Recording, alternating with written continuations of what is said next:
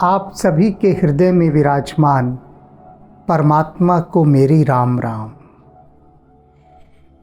कल भरत जी गए थे अत्रि मुनि के साथ राज्याभिषेक के जल को उस स्थान पर विसर्जित करने, स्थापित करने, जहाँ के लिए अत्रि मुनि ने सुझाव दिया था। अब वह कौन सा स्थान था? अत्रि मुनि बताते हैं कि हे भरत, जिस स्थान पर मैं तुमको लेकर आया हूँ ना, ये आदि शक्ति सिद्ध पीठ है, सिद्ध स्थल, और लोगों को इसका पता नहीं। क्योंकि जो सिद्ध स्थल होते हैं ना, वे बहुत गोपनीय होते हैं, सार्वजनिक नहीं होते। बस कुछ विरले लोग ही उनको जानते हैं, सिद्धि स्थलों को, और अत्रि उन्हीं विरलों में से हैं। उन्होंने दिखाया एक बहुत ही अथाह कुआं, बहुत गहरा कुआं, और उस कुएं के साथ ही भरत जी ने एक नए कुएं का निर्माण करके वहां उस जल को स्थापित कर दिया। अत्रि मुनि ने उस कुएं का नाम भरतकूप रखा और कहा, जो भी इस कुएं के जल में आकर स्नान करेगा वह मनसा वाचा कर्मणा पवित्र हो जाएगा। यह वरदान दे दिया। अब इसके बाद राज्याभिषेक के लाए हुए जल की स्थापना तो हो गई। अब वे सब लोग वापस लौटते हैं प्रभु श्री राम के पास। कहत कूप महिमा सकल, गए जहां रघुराव। लौटे उसके बाद भगवान श्री राम के पास, और उस कुएं की और उस स्थान की महिमा प्रभु राम को अत्रि मुनि ने बताई। अत्रि सुनाऊ रघुबीर ही, तीर्थ पुण्य प्रभाव। और रघुनाथ जी को अत्रि जी ने उस पुण्य क्षेत्र का, उस तीर्थ क्षेत्र का प्रभाव बताया, महात्म्य बताया, महिमा बताई उसके। कहत धर्म इतिहास सप्रीति, भयहु भोर निसिसो सुख बीती। और उसके बाद धर्म का वो पूरा इतिहास बताते रहे, प्राचीन कथाएं सुनाते रहे। अब यह आप देखिए बात, प्रभु श्री राम को अत्रि मुनि प्राचीन इतिहास बता रहे हैं। यहाँ ये समझने वाली बात है, बहुत गहरी।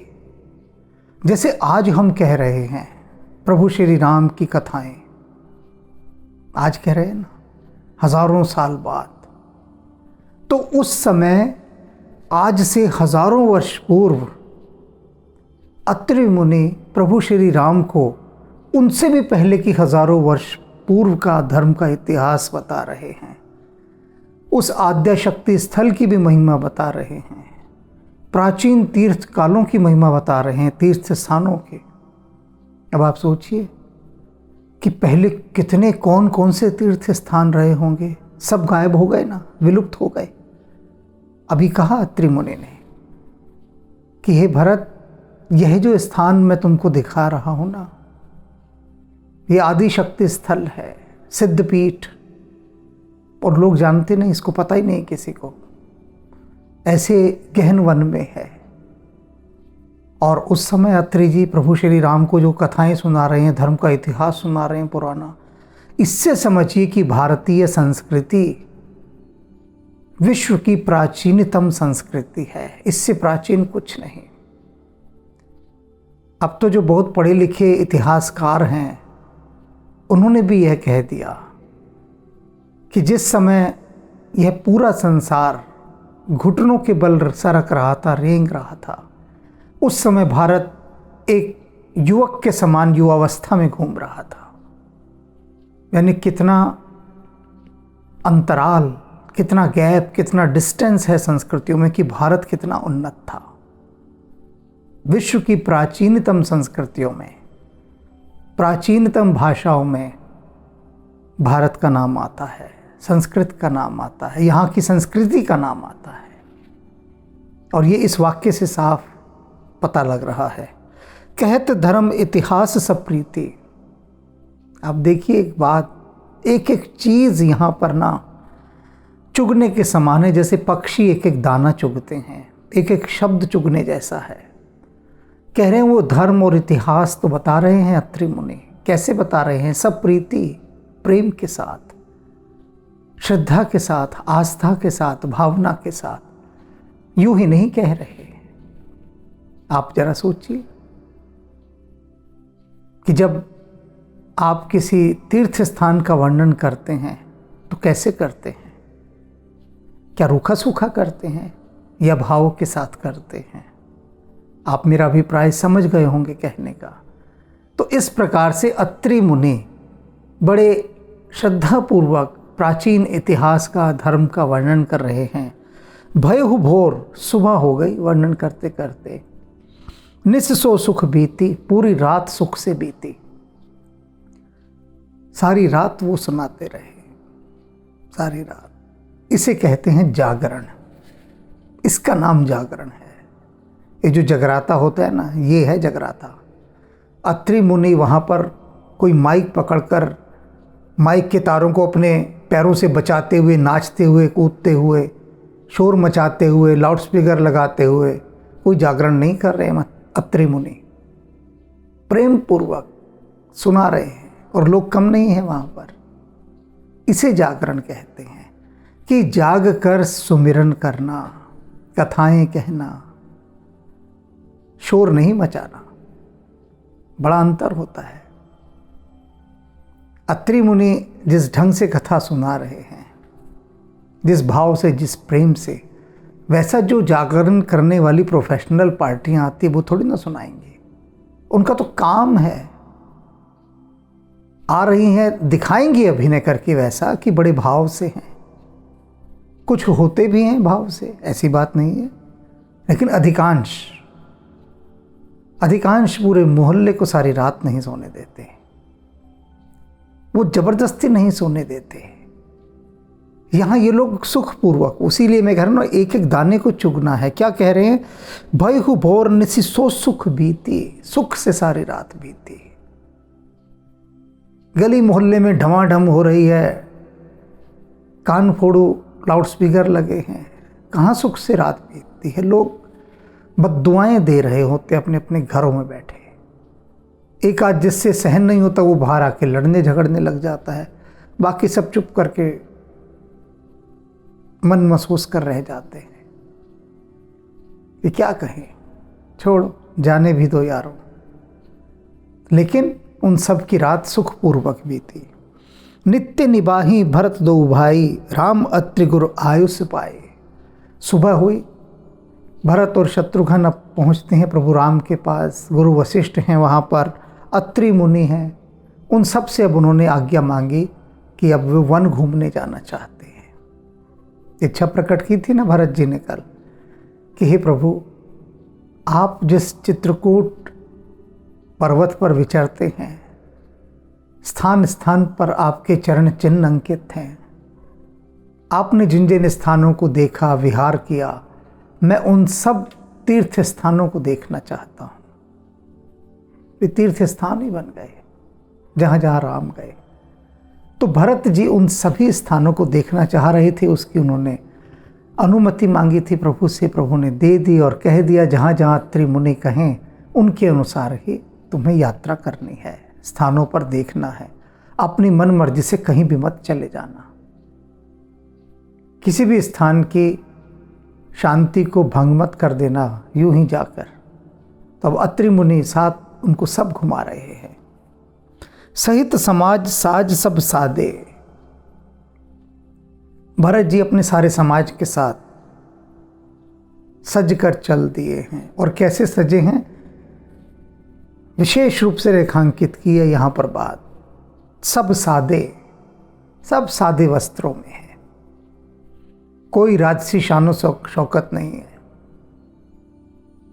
कि भीड़ भड़ाका चल रहा है, साथ में तो चेले चपाटे खूब शोर मचाते जा रहे हैं, नारेबाजी करते जा रहे हैं, प्रदर्शन करते जा रहे हैं, अपना शक्ति प्रदर्शन दिखा रहे हैं। कुछ नहीं, अपने सारे काफिले के साथ वे बहुत सादे ढंग से चल रहे हैं। चले रामबन अटन पया दे। और वह जो क्षेत्र है प्रभु श्री राम का, चित्रकूट, वहाँ पर पैदल ही उसकी परिक्रमा करने जा रहे हैं। कितने सादे चल रहे हैं। अब उस सादेपन को आप देखिए, सादापन बताया जा रहा है। यूं ही नहीं कह दिया कि सादे चल रहे हैं। सादे में क्या क्या है भैया? जैसे पूछते हैं ना कोई लोग, कोई कहता है भाई बड़ा साधारण सा सादा भोजन बना है, सीधा सादा, तो पूछते हैं जरा बता तो दो सीधे सादे में क्या क्या है, हम भी तो जान लें। तो वैसे ही अब जनवा रहे हैं तुलसीदास जी कि जो सादा वेश धारण करके वे चल रहे हैं, साज कैसा है सादगी कि पैदल चल रहे हैं। पहली बात तो ये है, कोई गाड़ी नहीं है कि सायरन बजाती गाड़ी आगे जा रही है, ऐसी कोई गाड़ी नहीं है, पैदल चल रहे हैं। और कोमल चरण चलत बिन पनही, बिना पैरों, बिना चप्पलों के, बिन पनही, बिना चप्पलों के पैदल चल रहे हैं। उनके कोमल चरण हैं। राजकुमार तो हैं ही ना, राजा के पुत्र तो हैं, चरण तो कोमल होंगे ही होंगे। और नंगे पैर वो चल रहे हैं, नंगे पैर, कोई चप्पल जूता कुछ नहीं पैरों में पहना। ऐसी बात नहीं कि है नहीं उनके पास भाव, श्रद्धा, अवस्था कि मेरे प्रभु जिन मार्गों पर नंगे पैर चले, मैं वहां पर चप्पलें पहन के जाऊं, जूते पहन कर जाऊं? नहीं, नंगे पैर। भय मृदु भूमि सकुच मनमय ही। और जो वहां की भूमि है, जिस रास्ते से भरत जी जा रहे हैं, वो धरती बड़ी संकुचित हो गई, सकुचा गई, लजा गई कि भरत जी आ रहे हैं, बिना चप्पलों के आ रहे हैं, कोमल उनके चरण हैं। और मेरे ऊपर तो न जाने क्या क्या पड़ा होता है जो कष्ट दे सकता है। तो बहुत सकुचा गई धरती। कुश कंटक कांकरी कुरारी। कुश ऐसी घास होती है कि जो पैरों में लग जाए तो आरी की तरह पैर को काट देती है, ऐसी ऐसी घास है। कंटक कांटे हैं, कांकरी कंकड़ हैं, कुरारी कड़वी और कठोर कठोर झाड़ियां हैं, कटुक कठोर कुबस्तु दुराही। और न जाने कैसी कैसी कठोर और बुरी वस्तुएं मार्ग पर पड़ी होती हैं। तो धरती ने उन सब को छुपा दिया, सबको धरती ने रास्ते से हटा दिया। मही मंजुल मृदु मार्ग कीने। और धरती ने उन सब चीज़ों को हटाकर उन रास्तों को बहुत ही कोमल और सुंदर बना दिया। बहत समीर त्रिभद सुख लीने। और त्रिविध पवन शीतल मंद बयार बहने लगे, सुगंधित। ऐसा परिवेश वहाँ का सुंदर कि भरत जी जिस रास्ते पर से जा रहे हैं ना, उस रास्ते से धरती ने सकुचा कर खुद ही सारे कंकड़, पत्थर, कांटे, झाड़ियाँ ये सब हटा डाली, सब हटा दी। नरम हो गई धरती खुद। और मही मंजुल मृदु मार्ग कीन्हे। और उस धरती ने उन कांटों भरे रास्तों को कोमल बना दिया। एक बार एक जिज्ञासा की भक्त ने मुझसे, और भक्त कुछ विदेशी पढ़ा लिखा था, यानी उसकी सारी शिक्षा इत्यादि सब विदेश में हुई थी, पर वहाँ भारतीय संस्कारों के कारण परिवार के संस्कार थे, तो रामचरितमानस भी बाँचते थे वे घर में, सुनता था वह। तो उसने अंडरलाइन कर रखा था, मेरे से पूछा इसी पंक्तियों पर, कहता ये कुछ चीज़ें मेरी समझ में नहीं आती, मतलब ऐसा कैसे हो सकता है? इसमें कहा गया है कि धरती शर्मा गई, लजा गई और धरती ने सारे कंकड़, पत्थर, कांटे हटा दिए। ये कैसी बातें की जाती हैं, कैसी बातें? मैंने कहा देखो बातें बिल्कुल सही हैं, हमारी समझ का विकास नहीं हुआ, बातें बिल्कुल साफ कही गई हैं। मैंने कहा अब मैं तुमसे एक वाक्य कहता हूं, उसका अर्थ बताना क्या है, उसका अर्थ बताना। कि विदेश से आए हुए किसी राष्ट्र के नेता के लिए भारत की धरती ने चारों तरफ फूल ही फूल बिखरा दिए।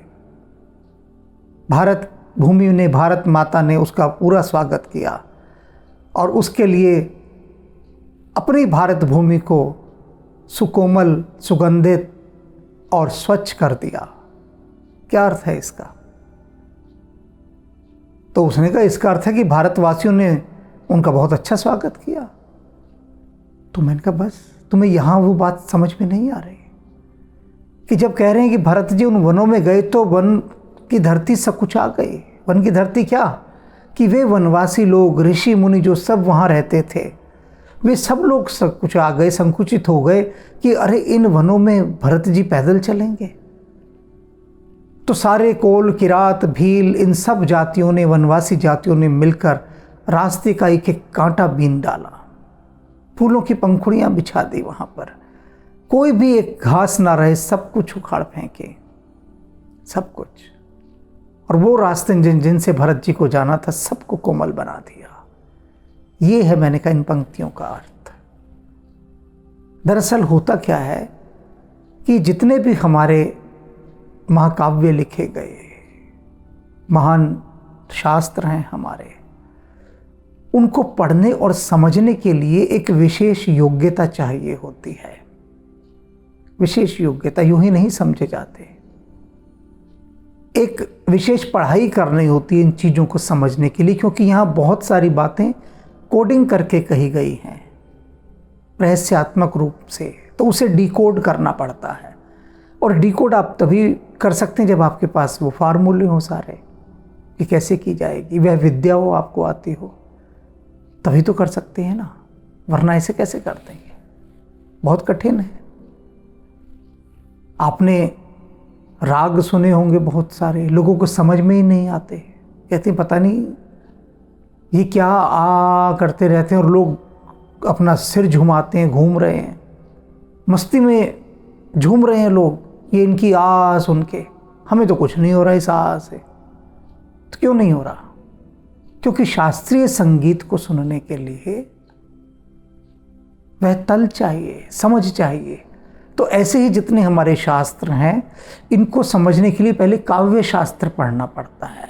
एक विशेष शास्त्र है भरत मुनि का लिखा हुआ, जिसे काव्य शास्त्र कहते हैं। और उसके बाद भी फिर गुरु की आवश्यकता पड़ती है। अब एक छोटी सी चीज़ से समझाता हूँ, ये सब छोड़ दीजिए जो समझाया, हो सकता है ये भी ना समझ में आए, तो अब मैं वह उदाहरण दे रहा हूँ जो आपकी ज़िंदगी का है। सभी पढ़े हैं विद्यालयों में, स्कूल सभी गए हैं, सभी। अब जब सभी स्कूल गए हैं, वहाँ पर जब आप हिंदी पढ़ते हैं तो उसमें कविता भी आती है। तो शिक्षक आपको कविता की व्याख्या करके बताता है कि ये इसकी व्याख्या हुई। क्यों व्याख्या करता है भाई कविता की? क्यों नहीं ये कह दिया जाता है इस कविता को खुद पढ़ लो और खुद समझ लो? उसमें लिखा होता है कविता की सब प्रसंग व्याख्या कीजिए, एक्सप्लेन इट विद रेफरेंस। तो कैसे समझेगा आदमी? एक्सप्लेन कैसे करेगा? पहले गुरु एक्सप्लेन करेगा ना। तो हमारे शिक्षक कविता की व्याख्या करते हैं, पहले समझाते हैं गुरुजन कि ये बेटा इसकी कविता का अर्थ ये है, ये बात कविता में कही गई है। क्योंकि कविता में सीधी सीधी बात तो कही नहीं जाती, अनेक शब्द शक्तियों का आश्रय लेकर कही जाती है। तो उन शब्द शक्तियों के अंदर जो शब्द पिरोए हुए हैं, उन शब्दों के भीतर बहुत गहरे अर्थ होते हैं।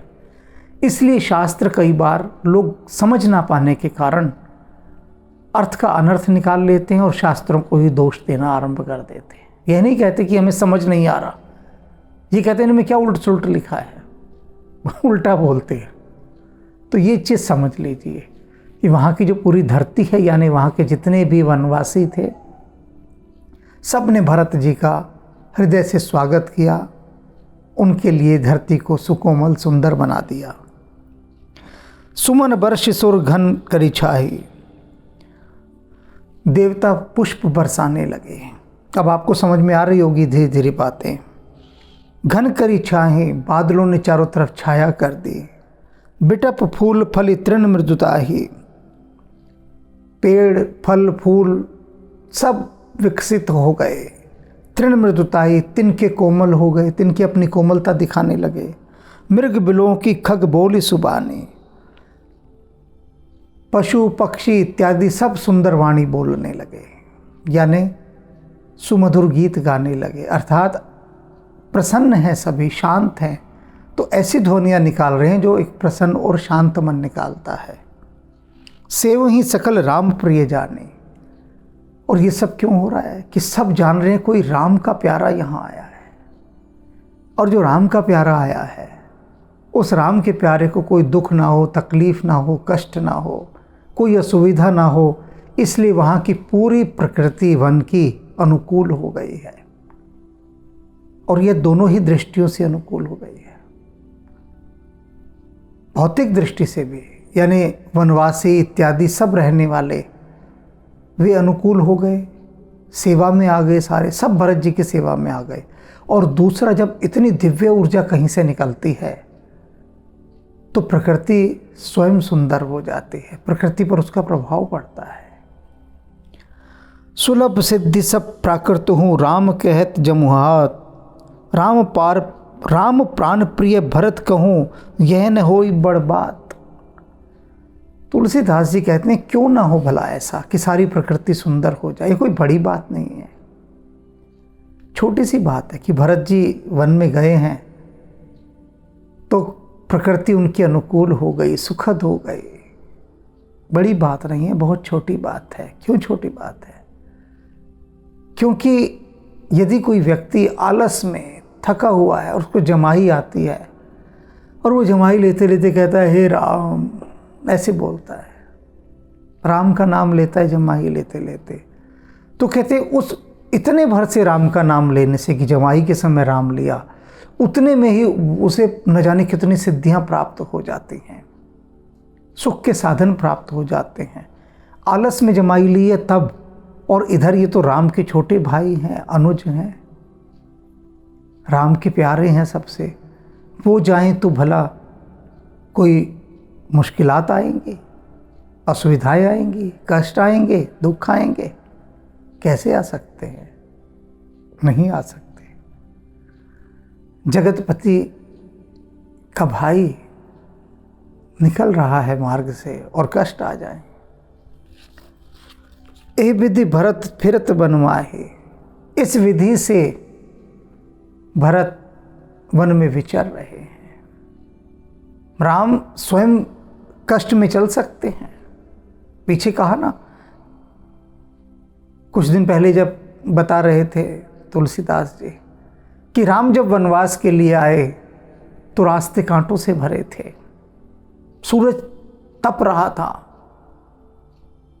ठंडी हवाएं भी चलती थी, गर्म भी चलती थी, मौसम का प्रभाव पड़ता था, सब कुछ हो रहा था, जो भी खतरनाक हो सकता था, दुश्वार हो सकता था, वही हो सकता था।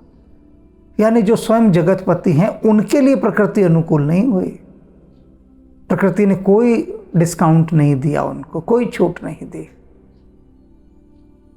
और ना उन्होंने ली। लेकिन जब उनके भाई आए हैं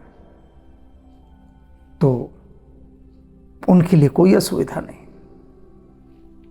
इससे समझिए कि राम स्वयं कष्ट सह सकते हैं, लेकिन अपने भक्तों का, अपने प्यारों का, उनका कष्ट नहीं देख सकते, और ना ही किसी को देखने देते हैं। सबको कहते हैं उनके सहयोगी बन जाओ। यही तो प्रभु की विशेषता है बहुत बड़ी, कि अपने भक्तों को वे कभी भी कष्ट में नहीं देख सकते, कभी भी नहीं। भक्त ही अपनी नासमझी और अपनी मूर्खता में स्वयं कष्टों में घिरा रहे तो बात अलग है, जानबूझकर। अन्यथा राम की शरण में यदि चला गया फिर कैसा कष्ट, कौन सा कष्ट। एहि विधि भरत फिरत बन माही, नेम प्रेम लखि मुनि सकुचाहे। भरत जी इसी तरह से उन वनों में विहर रहे हैं, फिर रहे हैं, और उनका नियम और प्रेम देखकर जो वहाँ के ऋषि मुनि हैं वो भी लज्जित हो गए, उनका सिर लज्जा से झुक गया कि हम क्या राम को प्रेम करते हैं, कुछ प्रेम नहीं करते। सारा दिन राम हमारे पास हैं, करीब हैं, हमें उनका कुछ महत्व ही नहीं पता, कोई वैल्यू नहीं पता। जब देख रहे हैं कि भरत जी का नियम और प्रेम कैसा है, तब उनके सिर शर्म से झुक रहे हैं, लज्जा से, कि प्रेम हो तो ऐसा हो। जिस जिस स्थान पर राम रुके, उस स्थान को वो रुक रुक कर नमस्कार कर रहे हैं। जहाँ जहाँ उनके चरण पड़े, उसकी धूल को उठाकर माथे से लगा रहे हैं। जिस स्थान पर राम ने थोड़ी देर विश्राम किया, उस वृक्ष की पूजा कर रहे हैं। ऐसा भाव, ऐसा प्रेम, ऐसा नियम। और नियम भी कैसा कि जैसे मेरे प्रभु, मेरे नाथ, मेरे स्वामी, मेरे श्री राम पैदल जिन जिन मार्गों से गए, जो उन्होंने वल्कल वस्त्र धारण किए हुए थे, वही वस्त्र मैं धारण करूंगा। उसी प्रकार से ऋषि मुनियों के वस्त्र ही धारण करके वे उन सब रास्तों से जा रहे हैं, नमस्कार करते जा रहे हैं। और इसको देख देख कर जो ऋषि मुनि हैं, वो शर्म से शर्मसार हो गए, लज्जित हो गए कि प्रेम और नियम तो ऐसा होता है। ये है प्रेम राम के प्रति जो भरत जी करते हैं। हम कहाँ का प्रेम करते हैं कि जिस वस्तु को छू दिया राम ने, वह वस्तु भरत जी के लिए पूजनीय हो गई, श्रद्धेय हो गई। यह है प्रेम। पुण्य जलाश्रय भूमि विभागा, खग मृग तरु तृण गिरि बन बागा। सब कुछ उन्होंने उस स्थान का देखा। वो सारे पुण्य सरोवर, बावड़ियाँ, जलाशय जितने थे, जहाँ जहाँ राम गए थे। भूमि विभागा, भूमि के सारे विभाग जहाँ जहाँ राम जाते थे। अत्रि मुनि के साथ गए हैं। पूछ रहे हैं अत्रि मुनि से, बताइए प्रभु राम कहाँ कहाँ गए, क्या क्या उन्होंने देखा। वही सब मैं देखना चाहता हूँ जो उन्होंने देखा। देखते हैं कैसा प्रेम है कि वहीं वहीं ले जाइए मुझे। तो ले जा रहे हैं अत्रि मुनि। खग मृग तरु तृण गिरि बन बागा। वे सारे पशु पक्षी, तिनके, वन, बाग, उपवन, पहाड़, पर्वत सब दिखा रहे हैं। चारु विचित्र पवित्र विशेषी, बूझत भरत दिव्य सब देखी। चारों तरफ ऐसी सुंदरता, ऐसी विचित्रता, ऐसी मनोहारिता, यह सब देखकर भरत जी, बूझत भरत दिव्य सब देखी। यह सब दिव्य देखकर भरत जी अत्रि मुनि से पूछते हैं कि ऐसा कैसे संभव है कि कोई वन इतना सुखद हो, इतना मनोहारी हो कि ऐसा लगे कि जैसे वहाँ सदा सदा के लिए वसंत ऋतु आकर ठहर गई हो। ऐसा कैसे हो सकता है भला? क्योंकि भरत जी ने ऐसा वन कभी देखा ही नहीं था जो हर प्रकार से इतना सौंदर्य संपन्न हो। पूछ रहे हैं बड़े आश्चर्यचकित होकर कि इसका कारण क्या है। इस वन की इतनी दिव्यता, सुंदरता, मनोहारिता, विचित्रता, ऐसी ऐसी चीज़ें दिखाई दे रही हैं जो हमने कहीं देखी नहीं। इन सब का कारण क्या है, पूछ रहे हैं वे अत्रि जी से। तो अत्रि मुनि इसका उत्तर देते हैं। सुन मन मुदित कहत ऋषि राव। भरत जी की यह बात सुनकर अत्रि जी बहुत प्रसन्न हुए। मन मुदित, मन ही मन में बहुत प्रसन्न हुए। क्यों प्रसन्न हुए? कि ये तो राज की बात पकड़ गया भरत। अद्भुत है भरत, जिस बात को कोई नहीं पकड़ सका उसको भरत ने पकड़ लिया। अत्रि मुनि मन मन में ये सोच रहे हैं। प्रेम आ रहा है भरत पर, लाड आ रहा है, सम्मान से भर गए हैं, मन मुदित, प्रसन्न मन से। और क्या बोलते हैं वे ऋषि श्रेष्ठ अत्रि जी? हे तु नाम गुण पुण्य प्रभाव। कहते हैं पुत्र भरत, यह सब जो तुम इतनी दिव्यता, पवित्रता, विचित्रता देख रहे हो, ये नाम के पुण्य प्रभाव के कारण है। राम यहाँ पर रह रहे हैं। ये सारी महिमा राम के नाम की है। ये सारा पुण्य जो तुम सर्वत्र देख रहे हो, ये प्रभाव देख रहे हो, ये प्रभाव वन का थोड़ी ना है। ये राम नाम के पुण्य का प्रभाव है, राम नाम की शक्ति का प्रभाव है। राम स्वयं इस स्थान पर उपस्थित हैं। यह राम का प्रभाव है। कतहु निमज्जन कतहु प्रणामा। भरत जी तो प्रेम में ऐसे बावरे हुए पड़े हैं। कतहु निमज्जित, जहां सरोवर देखते हैं वहीं स्नान करने लग जाते हैं। जहां सरोवर देखते हैं, बताते हैं अत्रि जी, इस सरोवर में आए थे प्रभु राम, उन्होंने जल का आचमन किया, हाथ धोए, बैठे सरोवर के किनारे, बस फिर क्या था, स्नान करने लगे उस जल में।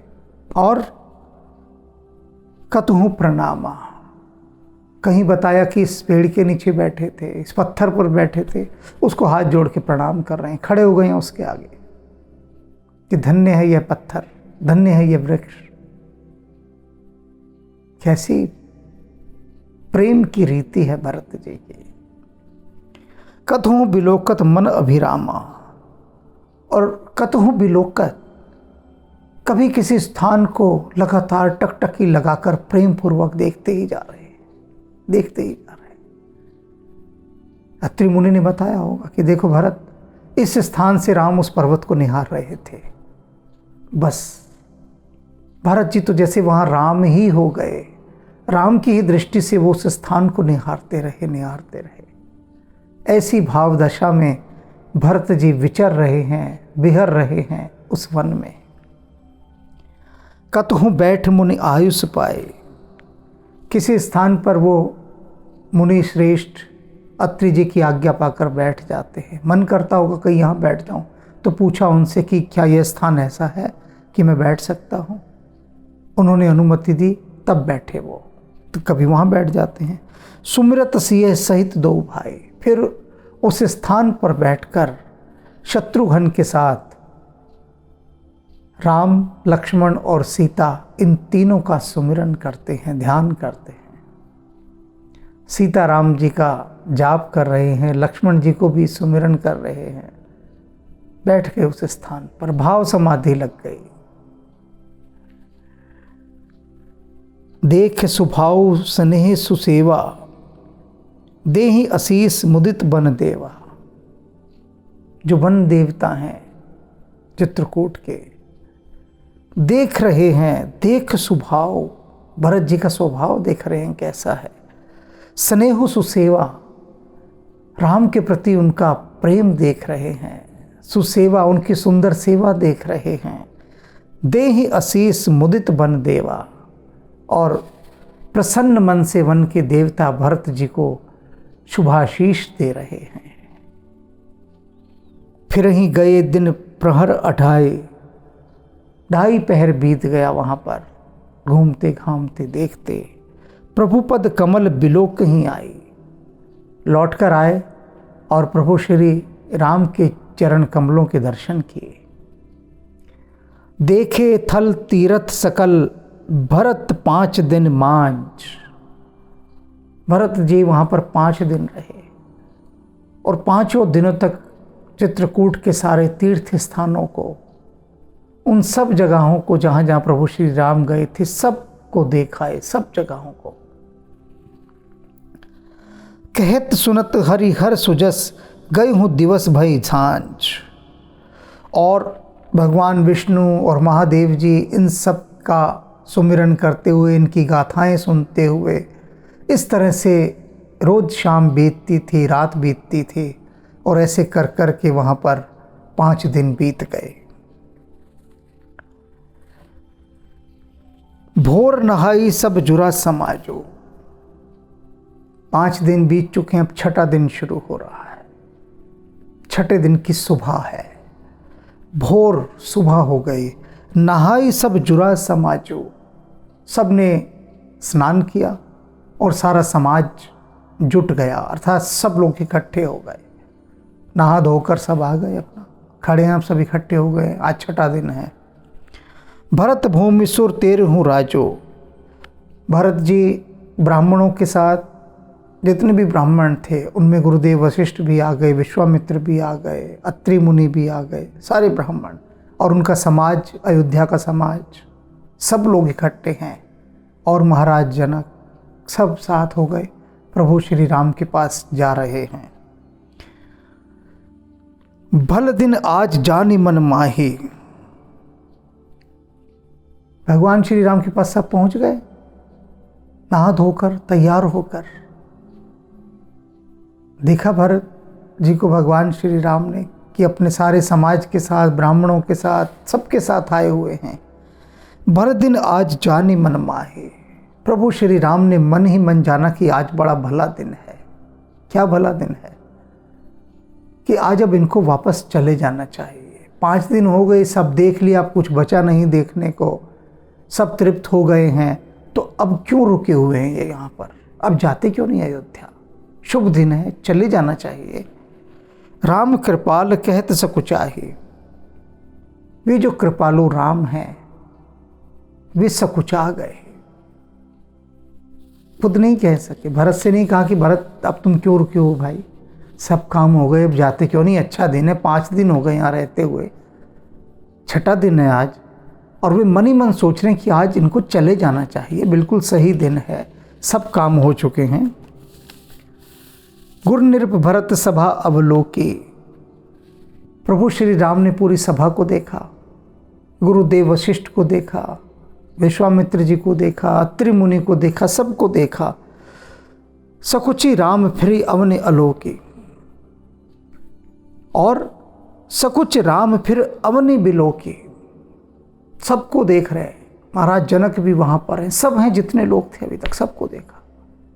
अब सोच रहे हैं कि कैसे कहूं मैं इनको कि भाई अब सब जाओ अपने अपने घर, क्यों रुके हुए हो? तो अब क्या कर रहे हैं प्रभु श्री राम? सकुचा गए। सकुच राम फिर अवनि बिलोके। धरती की ओर देखने लगे, संकुचित हो गए। जैसे होता है ना, कई बार हमें कुछ कहना होता है और सोचते हैं कैसे कहें बात, अच्छी नहीं लगेगी कह दी बात, तो बस चुपचाप धरती की ओर नीचे नजरें गड़ा कर देखते हैं। तो ऐसे संकुचित हो गए प्रभु श्री राम और धरती की ओर ही देखने लगे कि मुझसे तो कहा नहीं जाएगा इनसे कि चले जाओ। मन में चाह रहे हैं अच्छा दिन है, चले जाना चाहिए। सील सराही सभा सब सोची। तो जितनी सभा है, जितने लोग आए हुए हैं, कोई बेवकूफ लोग थोड़ी ना है, सब समझदार हैं, सयाने हैं, सब जान जाते हैं कि प्रभु राम क्या सोच रहे हैं। सब भगवान श्री राम के शील स्वभाव की सराहना कर रहे हैं कि देखो क्या भाव है प्रभु का। हमसे कह नहीं रहे हैं बिल्कुल भी कि चले जाओ, बिल्कुल नहीं कह रहे हैं, चाहते हैं लेकिन कह नहीं रहे। कहूँ न राम सम स्वामी सकोची। और सब एक ही बात कह रहे हैं आपस में कि प्रभु राम जैसा कोई संकोची स्वामी हो ही नहीं सकता, जगत में नहीं हो सकता, ब्रह्मांड में नहीं हो सकता प्रभु राम जैसा संकोची स्वभाव का स्वामी। बहुत बड़ी बात कही है, बहुत बड़ी बात। तभी समझाऊंगा तो एक क्षण में समझ में आ जाएगी। अभी समझाया नहीं है मैंने। सोच तो रहे होंगे कि इसमें क्या बड़ी बात है कि कहा है कि प्रभु राम जैसा कोई संकोची स्वामी नहीं है। अभी जब समझाऊंगा समझ में आ जाएगी बात। स्वामी का अर्थ होता है बॉस। बॉस, बॉस में संकोच का क्या काम? बॉस तो डांट डपट के बात करता है, गुस्से में बात करता है, अपमानित करके बात करता है, शर्मसार करता है, सामने खड़े खड़े कपड़े उतार देता है, ऐसी बेइज्जती करता है बॉस, धमकाता है। और ये जो बॉसों के बॉस हैं, सबसे बड़े बॉस प्रभु श्री राम, ये खुद संकोचित हो गए कि मैं अपने सेवकों को कोई आज्ञा कैसे दूं। बॉस कोई संकुचित होते हैं, जो बॉस होता है, बॉस का मतलब ही क्या है कि जो हर समय छाती पर सवार रहेगा। आप चाहे कितने ही सही क्यों ना है, वो आपको गलत घोषित करेगा ही करेगा, क्योंकि जब तक वह आपको गलत नहीं करेगा तब तक अपना वर्चस्व कैसे स्थापित करेगा। विनम्रता से यहाँ के बॉसों को अपना वर्चस्व स्थापित करना नहीं सिखाया गया। बॉस यानी बड़े अधिकारी, बड़े अफसर, जो सीट पर बैठा है, जिसको सीट मिल गई, ताकत मिल गई, वो स्वामी हो गया। उसको संकोच से क्या लेना देना। वो तो जहाँ देखता है मेरे से छोटा कोई है, बस वो बदतमीज़ बन जाता है, भेड़िया बन जाता है, गुर्राता है, काटता है उसे। संकोच कहाँ का। अब समझ रहे हैं इस बात को कि जो अयोध्या वासी कह रहे हैं कि ऐसा संकोची स्वामी कहीं मिल ही नहीं सकता, जो आदेश देते समय भी संकोच करता हो, कुछ नहीं कहते। ऐसे हैं प्रभु श्री राम। भरत सुजान राम रुख देखी। भरत जी तो सुजान है, सब कुछ जानते हैं, सयाने हैं, राम का रुख जान गए कि क्या चाहते हैं मेरे प्रभु, मेरे स्वामी। सेवक वही श्रेष्ठ होता है जो स्वामी के बिना कहे उसके बस हाव भाव देख कर ही, संकेत देख कर ही उसकी मन की इच्छा भांप जाए और स्वामी के कुछ कहने से पहले ही सेवक वो कार्य करते। उत्तम श्रेष्ठ सेवक वही होते हैं और भरत जी वैसे ही सेवक हैं। कहते हैं कि प्रभु राम का रुख जान गए, क्या रुचि है, क्या चाहते हैं, इच्छा क्या है। भरत सुजान राम रुख देखी, उठ सप्रेम धर धीर विशेषी। उठे, बहुत मुश्किल से अपने धैर्य को धारण किया, बहुत मुश्किल से, बहुत प्रयास करके। कर दंडवत कहत कर जोड़े, भूमि पर लेट गए, दंडवत प्रणाम किया, हाथ जोड़े और हाथ जोड़कर कहते हैं राखी नाथ सकल रुचि मोरी, कि हे मेरे नाथ, आपने मेरी सभी रुचियों का ध्यान रखा है, मेरी हर इच्छा आपने पूरी की है, प्रत्येक इच्छा, हर रुचि का ध्यान रखा। इसे अहोभाव कहते हैं, धन्यता का भाव, कृतज्ञता का भाव। भूमि पर लेट गए, कह रहे हैं कि आपने शुक्राना शुक्राना शुक्राना व्यक्त कर रहे हैं कि आपने मेरी हर रुचि का ध्यान रखा, हर रुचि का। मोहि लाग सहेहु सब ही संतापु, बहु भांति दुख पावा आपू। मोहि लाग कहते मेरे साथ लगकर, मेरे कारण से, सहेहु सब ही संतापु, सारे लोगों ने दुख ही सहा है मेरी वजह से, मेरे कारण से, मेरे साथ होने के कारण। ये सब लोग मेरे साथ हैं तो क्या हुआ, दुख सह रहे हैं, संताप सह रहे हैं मेरे साथ होने के कारण, मेरे होने के कारण, मेरे कारण। और यही लोग नहीं सह रहे केवल, बहुत भांति दुख पावा आपू, आपने भी बहुत भांति दुख पाया है, बहुत भांति। कहते नहीं हैं आप, पर पाया है दुख, बहुत भांति पाया है। और एक प्रकार का दुख नहीं पाया, भांति भांति के दुख पाए हैं आपने मेरे कारण। मैं हूं उन सब का कारण। अब गोसाई मोहि देहु रजाई, हे मेरे स्वामी, हे नाथ, अब आप मुझे आज्ञा दीजिए, सेवो अवध अवधि भर जाए, कि मैं इन 14 वर्षों की अवधि जो आपने कही है, उस 14 वर्षों की अवधि तक मैं अयोध्या की सेवा कर सकूं, ऐसी मुझे आप आज्ञा दीजिए। मुझे वह तरीका बताइए, वह रास्ता बताइए कि जिससे मैं अयोध्या की सेवा कर सकूं। पूछ रहे हैं भरत जी, आपने कह तो दिया कि भरत जाओ अयोध्या की सेवा करो, 14 वर्ष तक तुम्हें ही संभालना है अयोध्या को।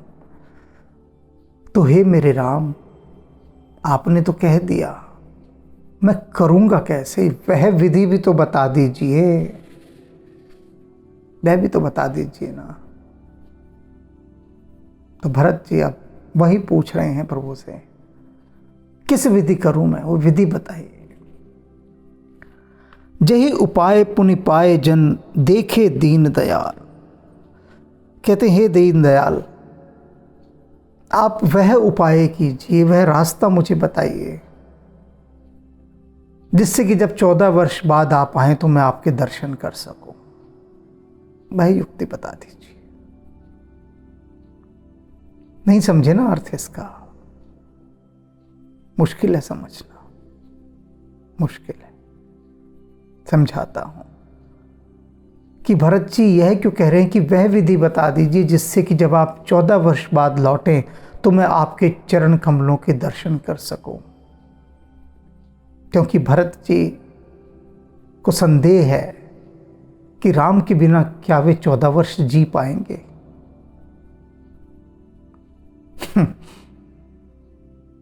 कह रहे हैं राम से, आपने तो कह दिया कि भरत जा, प्रतीक्षा कर मेरी 14 वर्ष तक, अयोध्या की सेवा कर। पर यह नहीं बताया आपके बिना 14 वर्ष जीऊंगा कैसे।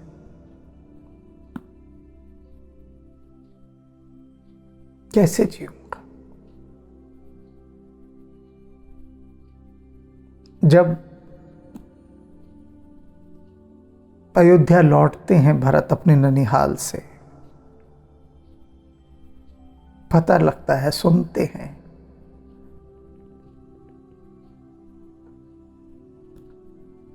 कि राम 14 वर्ष के लिए वन भेज दिए गए हैं। और कहती भी यह बात उनकी जननी कैकेयी है। तो भरत जी रोकर गा उठते हैं, हे जननी मैं न जीऊं बिन राम। और अब भरत जी वही कह रहे हैं प्रभु राम से, मैं न जीऊं बिन राम।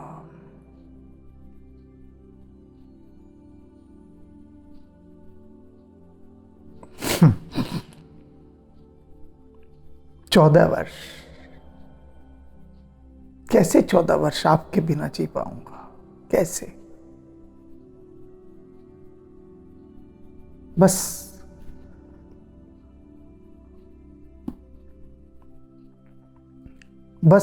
वह रास्ता बता दीजिए, उपाय बता दीजिए, विधि बता दीजिए, मैं चला जाता हूं। 14 वर्ष आपकी प्रतीक्षा कर लूंगा, पर 14 वर्ष तक जीवित कैसे रहूंगा? बहराज जे ही उपाय पुनि पाए जन देखे दीन दयाल। हे दीन दयाल, आपके चरण कमलों को मैं 14 वर्ष बाद देख भी पाऊं, ऐसा उपाय कर दीजिए। सो सिख देहि अवध लग कौशल पाल कृपाल। हे कौशलाधीश, हे कृपालो, हे सो सीख देव, वह शिक्षा मुझे दे दीजिए, वह रास्ता बता दीजिए। अवध लगी को, जो अवधि आपने दी है मुझे 14 साल की, वो मैं काट सकूं, उसका रास्ता बता दीजिए। पुरजन परिजन प्रजा गुसाई, सब सुचि सरस स्नेह सगाई।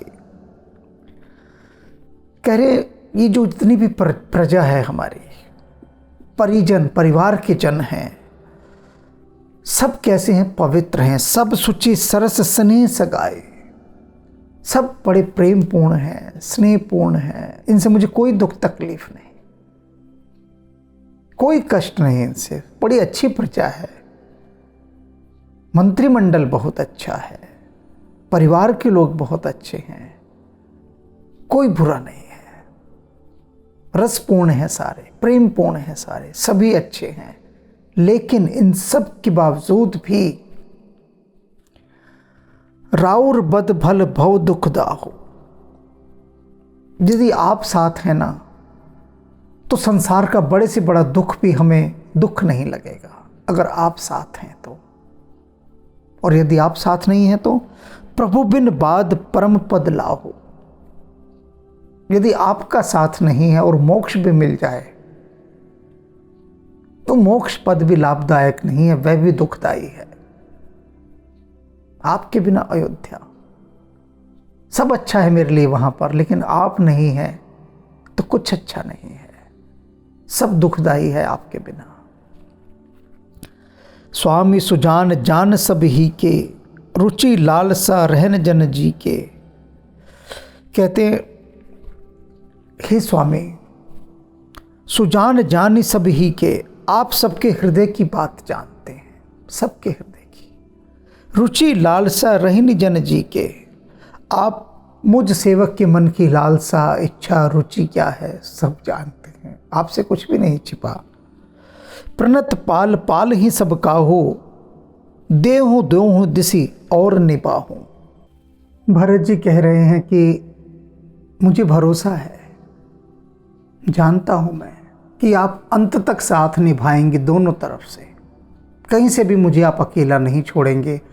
आपका साथ मेरे पास हमेशा है, मेरे साथ हमेशा है, ये मैं जानता हूँ अच्छी तरह से। असमोही सब विधि भूरी भरोसो, मुझे सब प्रकार से ऐसा पूरा भरोसा है हर तरह से कि आप मेरा साथ कभी नहीं छोड़ेंगे। कि ये विचार ने सोच खरोसो, और तिनके बराबर भी मुझे कोई शक शुबा नहीं है इस बात में, तिनके बराबर भी आप हर समय मेरे साथ हैं, ये मैं जानता हूँ। आरत मोर नाथ कर छोहो, दूह मिली कीन ढीठ खट मोह। कहते हैं कि आरत मोर नाथ कर छोहो, कि मेरी दीनता और आपका जो प्रेम है मेरे प्रति, उन सब ने मिलकर मुझे ढीठ बना दिया है। जो मैं इतनी बड़ी बड़ी बातें बोल गया हूँ आपके आगे, ये आपने जो मुझे इतनी छूट दे रखी है ना, यह उसी का नतीजा है, आपका जो प्रेम है उसी का नतीजा है कि मैं आपके आगे इतना सब कह रहा हूँ। यह बड़ दोष दूर कर स्वामी, मेरे इस बड़े दोष को दूर करके ही मेरे स्वामी, तज सकोच सिखई अनुगामी, मुझे आप शिक्षा दीजिए, उपदेश दीजिए, ज्ञान दीजिए।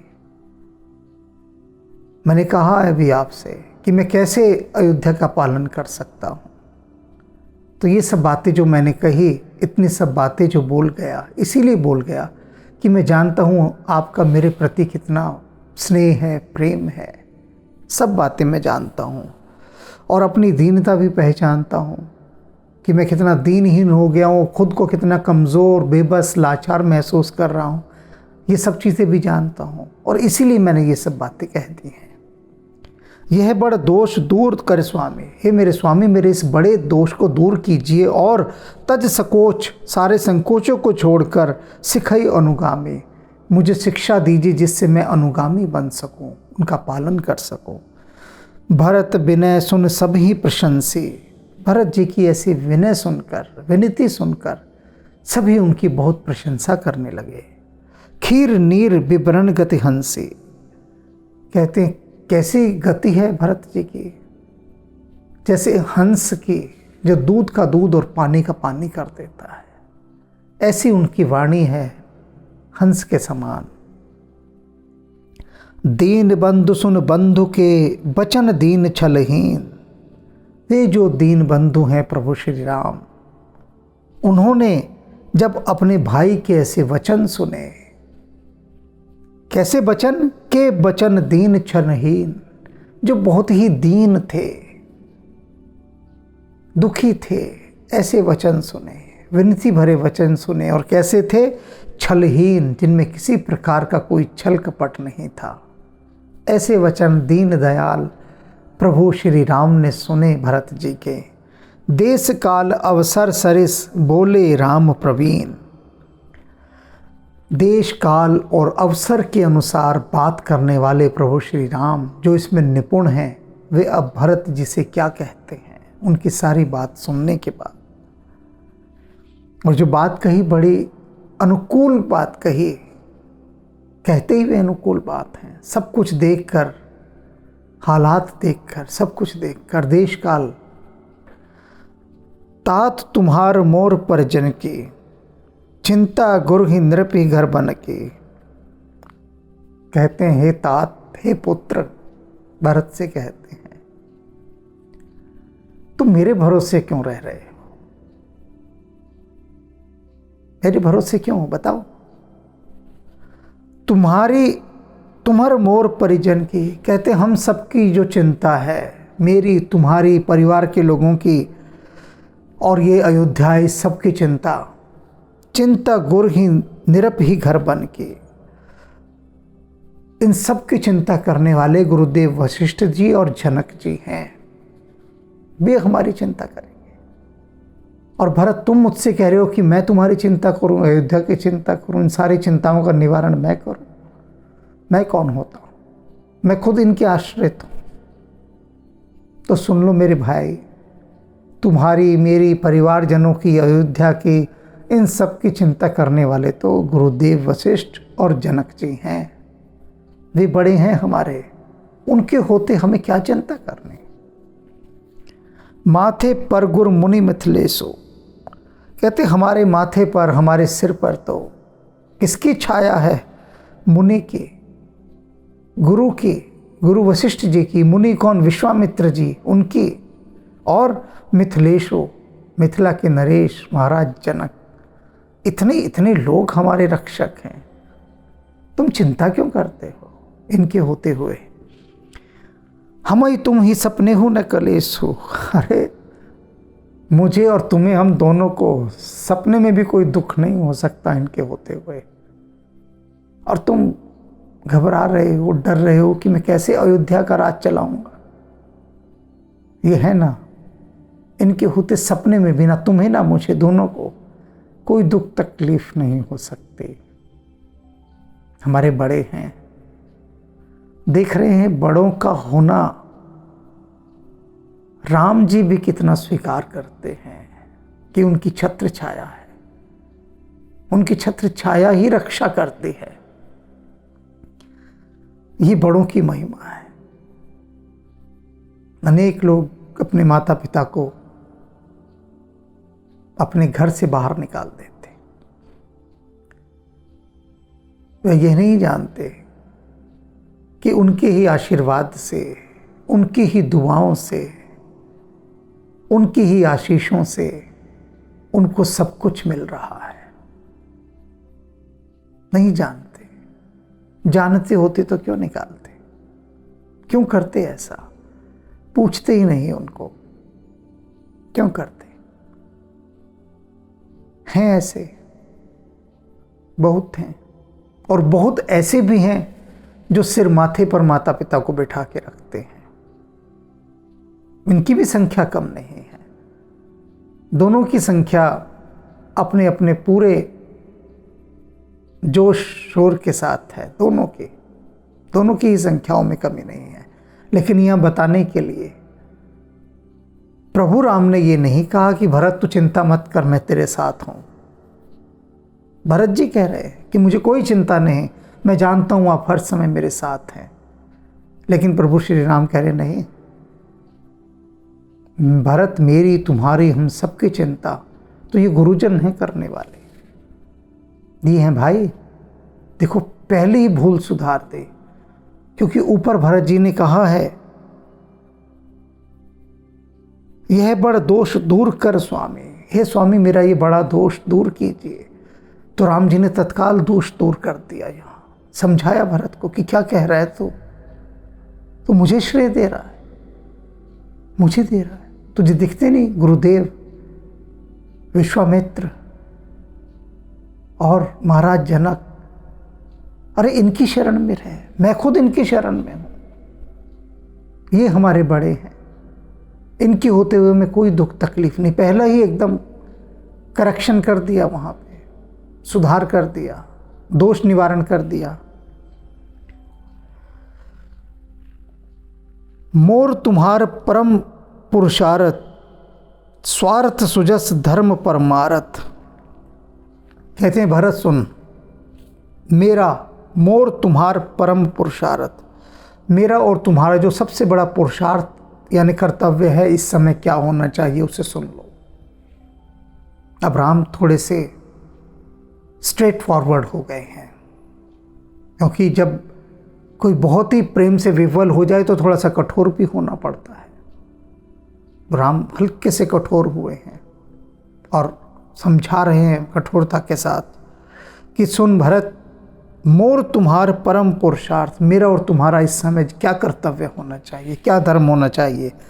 स्वार्थ सुदस धर्म परमारथ, कि हम दोनों का स्वार्थ, सुयश, धर्म और परमार्थ सिर्फ इसी बात में है। किस बात में? पितु आयस पाल ही दो भाई, कि हम दोनों भाइयों को पिता की आज्ञा का पालन करना है। ये बात जान लो, हम दोनों के ही करने योग्य क्या बात है, एक ही बात है। तुम्हें भी पिता की आज्ञा का पालन करना है, मुझे भी करना है। बस एक बात जान लो और कुछ जानने की आवश्यकता नहीं। लोक वेद भल भूप भलाई, ये सारे संसार में, वेदों में, लोगों में, सब जगह पर हमारे राजा के यानी हमारे पिता की भूप बढ़ाई। उनकी बड़ाई किस बात में है? इसी बात में कि उनकी संतान ने उनकी आज्ञा का पालन किया, उनके वचन को मिथ्या नहीं जाने दिया। बस इस पर अपनी दृष्टि रखो, बाकी सब जगह से हटा दो। मेरे लिए भी और तुम्हारे लिए, हम दोनों के लिए यही कर्तव्य है, यही पुरुषार्थ है, यही हमें करना है। बाकी सब चीज़ें फिजूली हैं, व्यर्थ की हैं, अनावश्यक हैं, निरर्थक हैं। ये सब रोना धोना सब हटाओ और बस आज्ञा पालन करना है और कुछ करना ही नहीं।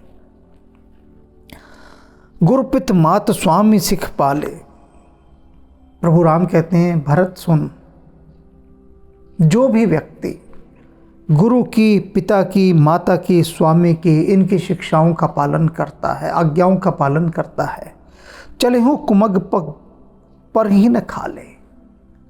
चाहे माता पिता गुरु उसको बुरे रास्ते पर चलाएं, देख रहा है कि बुरे रास्ते पर चला रहे हैं, लेकिन तो भी वो गड्ढे में नहीं गिरता, उसका पतन नहीं होता। अब इसे समझिए आप कैसे नहीं होता।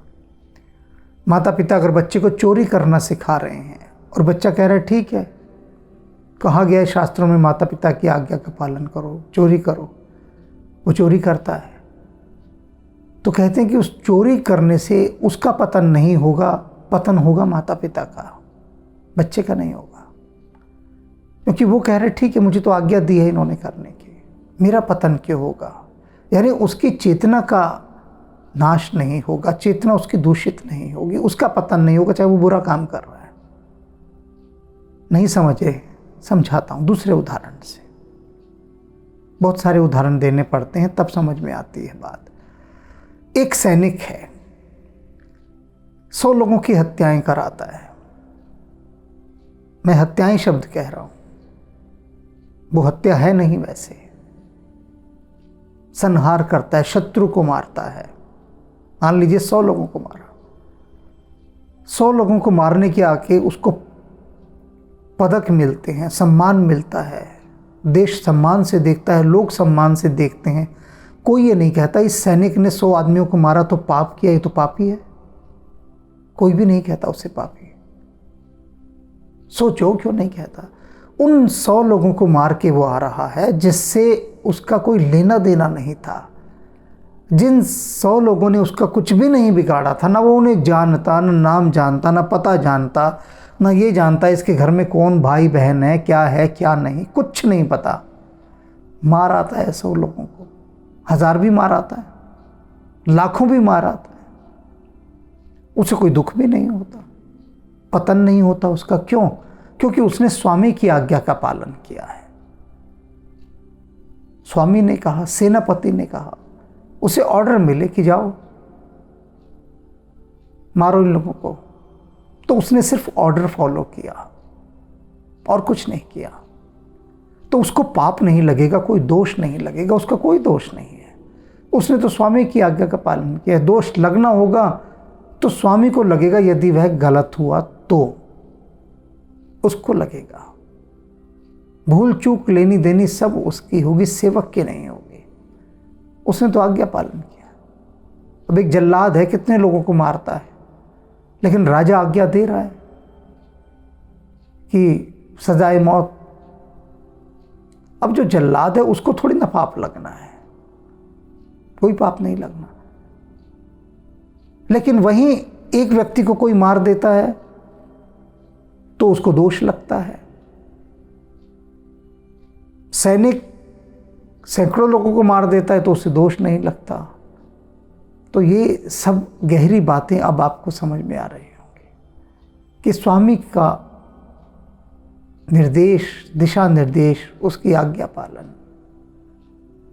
यहां ये बात राम भरत को समझाने के लिए कह रहे हैं। बात के मर्म को समझना है। भगवान बुद्ध कहते थे संसार में विवेकशील वही है जो बात का मर्म समझे। अब गहराई यहाँ की डेप्थ समझो, क्योंकि राम जानते हैं कि भरत जी के माता पिता, गुरु, परिवार संबंधी इत्यादि एक भी व्यक्ति ऐसा नहीं है जो इनको बुरे पथ पर चलाएगा। एक भी व्यक्ति।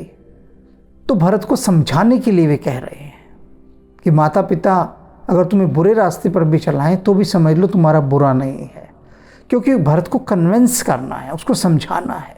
ये विधि है प्रभु के समझाने की कि कैसे भरत को समझाएं। तो कह रहे हैं कि हालांकि तुम समझ रहे हो ये बात भरत कि पिता ने ये अच्छा नहीं किया, सही आज्ञा नहीं दी कि मुझे अयोध्या का राज दे दिया, आपको वनवास दे दिया, मैं इससे असहमत हूं, मैं इससे स्वीकार नहीं करता। लेकिन फिर भी भरत तुम्हें करनी होगी, क्योंकि चाहे तुम मान रहे हो भीतर ही भीतर कि ये गलत आज्ञाएं हैं, लेकिन फिर भी तुम्हारा पतन नहीं होगा इस आज्ञा से। जिस संदर्भ में, जिस कॉन्टेक्स्ट में ये बात राम कह रहे हैं, हमें उस चीज को पकड़ना है, सिर्फ उतनी चीज को। अब इस चीज को कोई ना पकड़ ले कि अगर मेरे पिता कह रहे हैं कि जाओ डाके डालो, तो मैं तो कल से ही डाके डालना शुरू कर दूंगा, क्योंकि प्रभु राम कह रहे हैं भरत जी से। इसका ये अर्थ बिल्कुल भी मत ले लेना,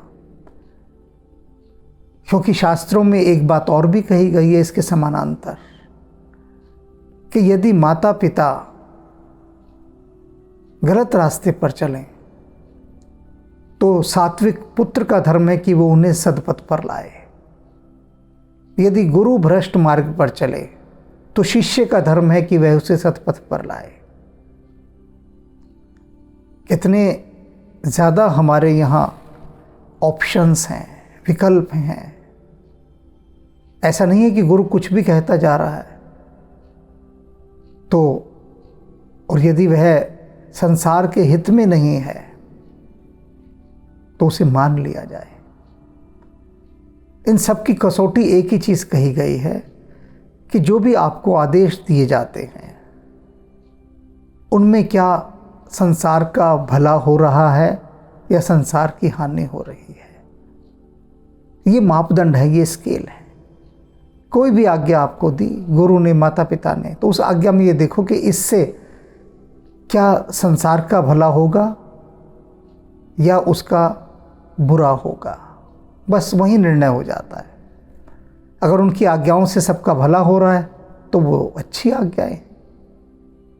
तो ये भेद करना, डिफरेंसेस करना, पहचानना, कई कसौटियाँ इस समय यहाँ तुलसीदास जी ने हम सबको दे दी हैं, हमें उन्हें समझना है। गुरपित मात स्वामी सिख पाले, चलहूँ कुमग पग पर ही न खाले, अस विचार सब सोच बिहाई। प्रभु कह रहे हैं भरत जी से कि भरत, इन सब बातों को सोचते हुए जो मैंने तुम्हें बताई है, इन सब बातों को सोचते हुए सारी चिंताओं को छोड़ दो, सब चिंताएं छोड़ दो, सब सोच बिहाई, बिसरा दो सारी सोच को, सब चिंताओं को।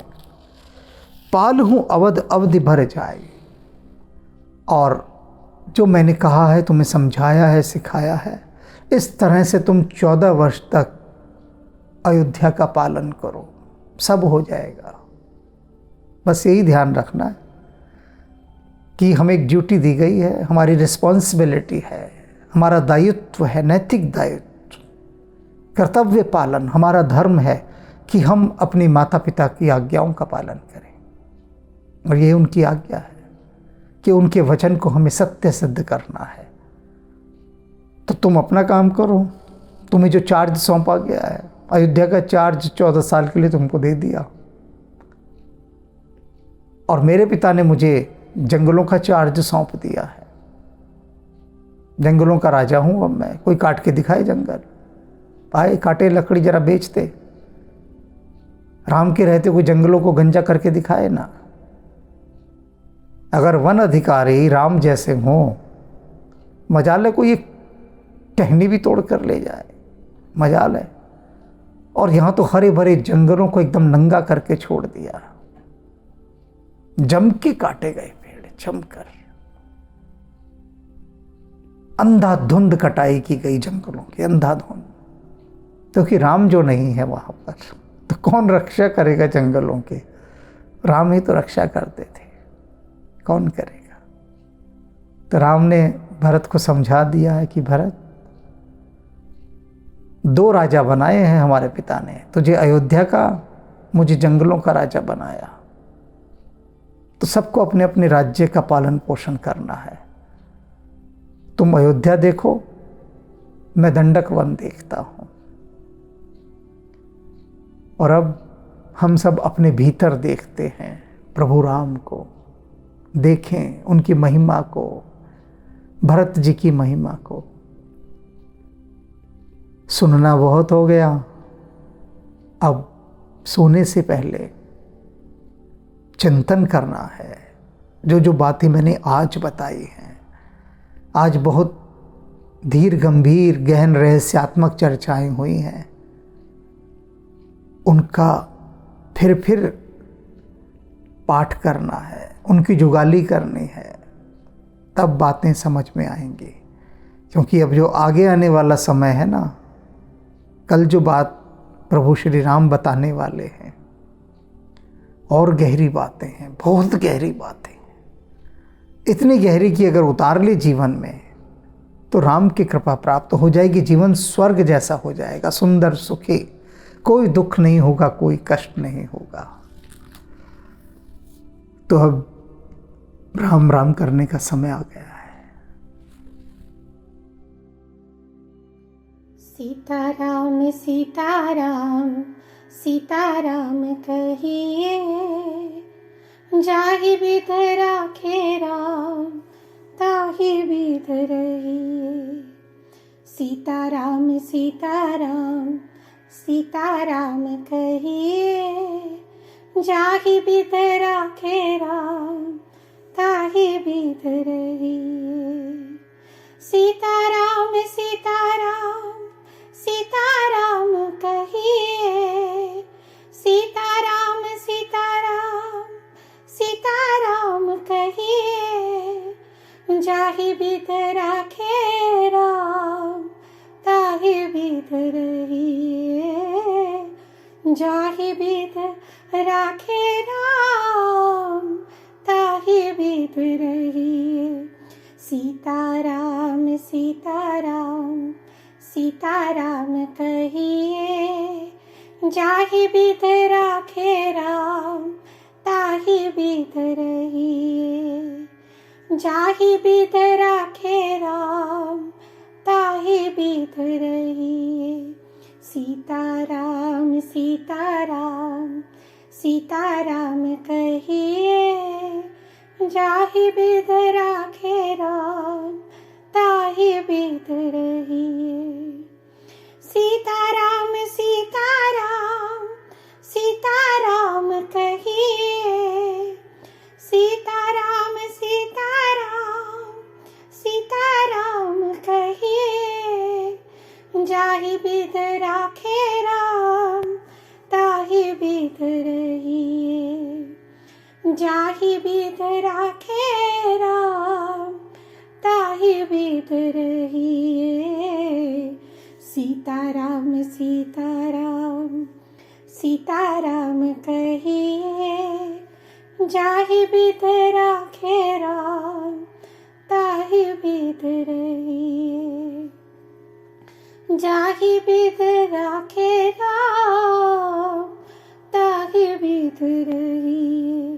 सीताराम सीताराम सीताराम कहिए, जाहि बिध राखे राम ताहि बिध रहिए।